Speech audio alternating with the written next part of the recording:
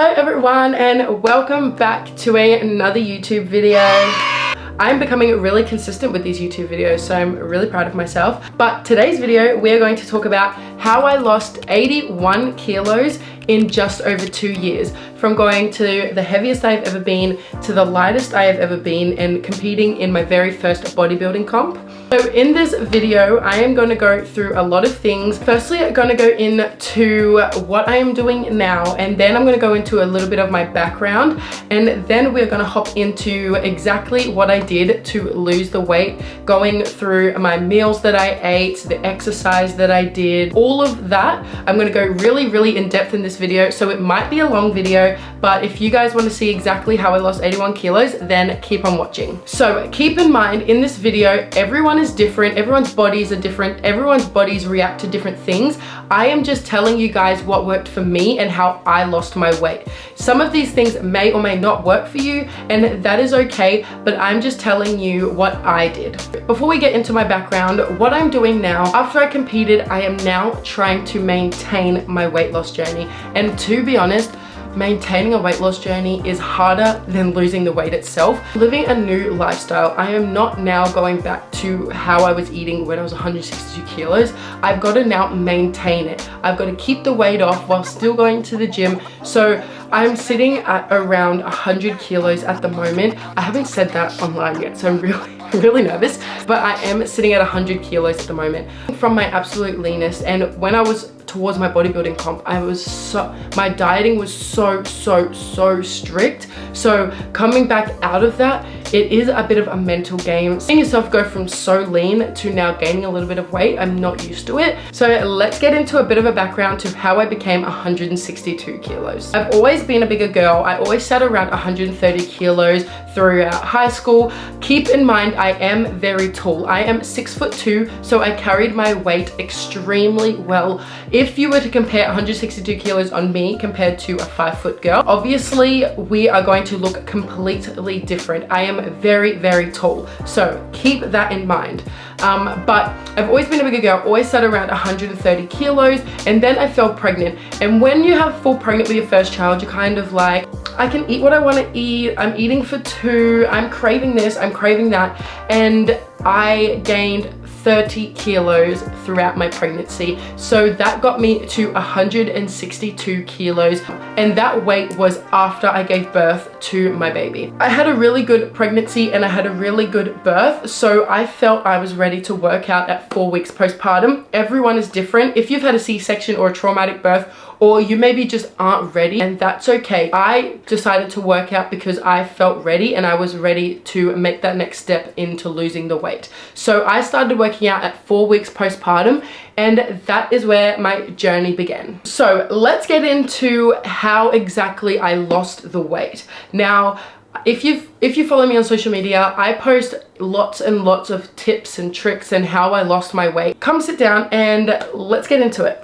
So starting my journey, I always had a goal. So I am a goal planner. I love goals. I hate going into things without a goal. I set short-term and long-term goals. My goals weren't, I just want to lose 10 kilos or I just want to lose 15 kilos. It was, I want to get to 150 kilos. Let's start with that. And then I would set little goals in place like, okay, gymming 4 to 5 times a week, drinking lots of water, sticking to my meal plan. I set myself little goals to get to that bigger goal. So every time I would hit my goal weight, I'll be like, okay, let's drop another 10. Okay, let's drop another 10. And that I did that eight times. So setting little goals to get you to that big goal. If you were just going to set a massive goal, you're going to get so overwhelmed. You're like, I haven't even lost 5 kilos. Whereas you have to tick little things off to be able to get you to that next goal. And you've also got to make it realistic.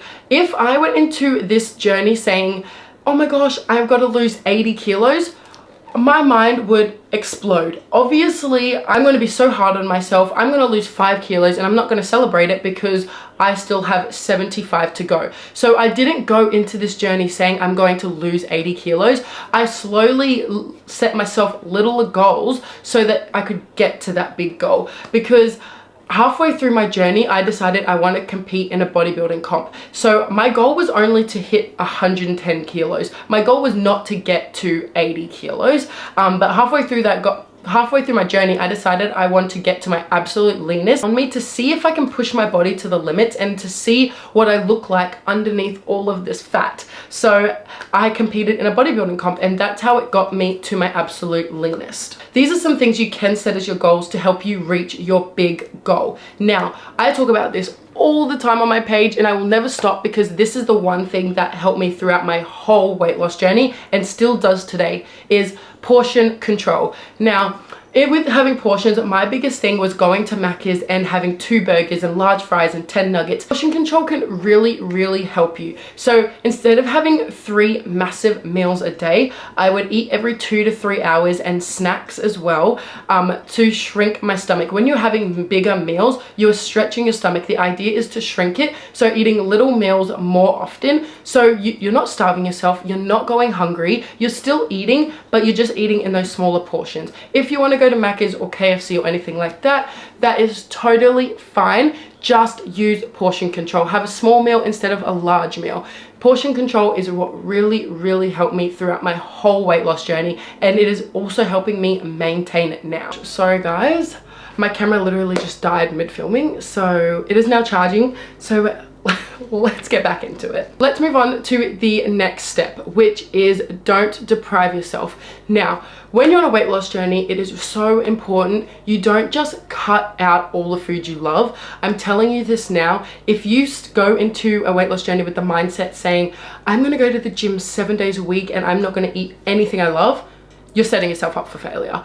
You can't deprive yourself. Depriving yourself of the food you love is gonna make you crave it more, which is gonna lead to binging days and you just giving up. So allow yourself to have 2 to 3 cheat meals a week. Still using the rule of portion control, but just don't deprive yourself. Go and enjoy the food you love. Or one thing that I would really love to do is, if I knew I was either going out with friends or I had a wedding or a birthday on, I would plan my cheat meal with those days so that you don't have to go and feel guilty. Because the biggest thing when on your weight loss journey is you feel like shit because everyone's eating junk food around you and you're like, oh my God, I can't have that. So 2 things I would do. I would either plan my cheat meal with that day so you can enjoy the food with your family and don't feel like you're missing out, or I would take meal prep. So take your own food, so you're still enjoying the food that you love while feeling good and still feeling in control while you're watching your family eat the other food.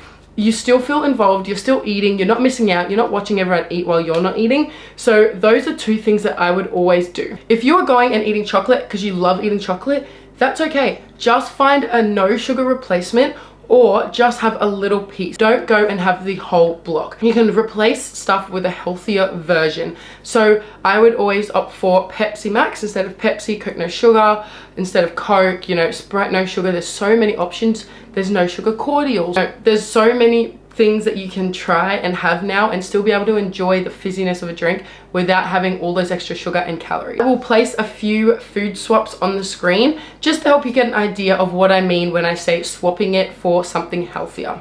Moving your body more. Moving your body, I'm not saying go to the gym 7 days a week. Everyone says that, oh, I must have gone to the gym every single day for 3 hours a day. Not the case, that's a lie. When I lost the first 30 kilos, I was really sedentary, so I wasn't going to go and do a HIIT session at the gym. So what I did to lose the first 30 kilos was walk around my block. After 5 minutes of walking, being a bigger girl, I was so out of breath. I could barely walk for 5 minutes without becoming out of breath and using my asthma puffer. So I went and I started walking around the block, and then 5 minutes would turn to 10 to 20 to 30 to 40. That's how I lost the first 30 kilos, just by walking. Cardio will be your best friend on a weight loss journey. You don't have to go and hit PBs every session by doing deadlifts and, you know, bicep curls. That'll help you change your body comp and still help you gain some muscle. You're just wanting to lose weight, cardio will be your best friend. Throughout my weight loss journey, I didn't lose any muscle.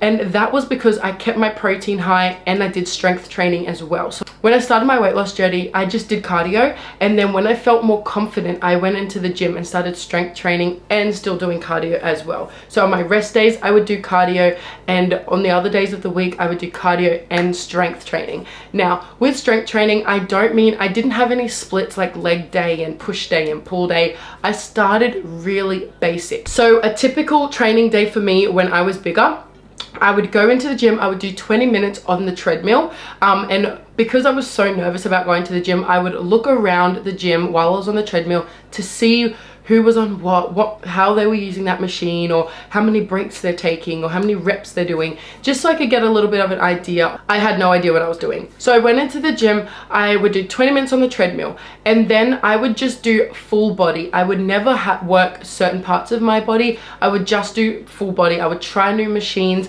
and I would stick to 12 to 15 reps and lightweight. When I got more comfortable and I started building some more strength, I then upped the weight. But after just having a baby, your core, your muscles are weak. You need to first get back into it. I didn't want to cause any injuries by trying to lift heavy. I would do leg press, I would do chest press. I didn't do any free weight, it was all machines, because I was worried my form was going to be tragic. Not until I got more comfortable in the gym, then I started working on my form and doing free weight thing. Would be 20 minutes on the treadmill, and then I would do like 5 to 10 minutes of stretching to make sure I didn't have any injuries. But then I would do leg press and then chest press, and then I would do some lat pull down. So I was kind of working my whole body.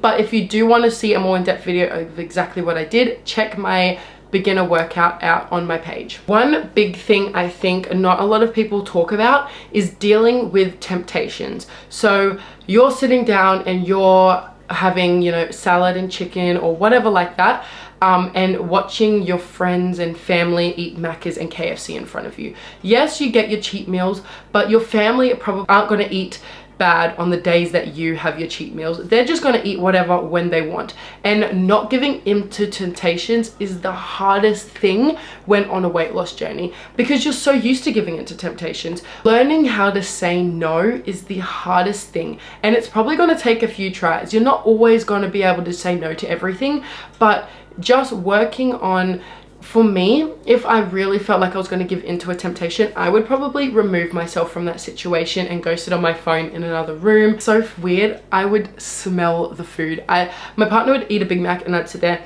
and I would smell it. And it's so weird. It's my way of dealing with other people eating foods that I'm not allowed to eat. And you've just got to get used to saying no. And like I said, it's going to take a few tries, but you'll get it. Towards the end of my journey, I learned how to deep fry chicken in one pan and cook broccoli in another. My family would eat Macca's and I would just have chicken and salad. You become so used to the new lifestyle, your body just gets used to it, and you don't really crave the foods anymore because you do get those 2 to 3 cheat meals a week anyways. When you start seeing results, that is what's going to keep you going. When you see your stomach shrink or your thighs shrink, you're going to be like, oh my god, I don't want to eat Macca's anymore, because you're seeing results, you're seeing what you're doing is working, and you're not going to want to have cheat meals. Another thing I don't really talk about on my social media, but I do get a lot of questions about, is hitting a plateau. Now, hitting a plateau is where, you know, you've seen 5 kilos just drop off you like that, and then for 2 to 3 weeks, your weight has been stagnant and nothing is dropping. Now, my way of dealing with a plateau, if you don't have a coach, your weight is stagnant and it's not dropping, your body needs time to adjust. Going from 162 kilos, you've got to learn that your weight isn't just going to just drop like that. You might wake up and, you know, you've gained a kilo, but there's so much that goes into that kilo. It doesn't mean you've done something wrong. It just means your body needs time to adjust. So if you've gone 2 to 3 weeks and your weight is fluctuating, you've just got to keep going. Trust me when I say, in my weight loss journey, I hit so many plateaus, but I just had to keep going, knowing what I was doing is working, and just trust the process. The next morning I'd wake up and I would drop 2 to 3 kilos like that.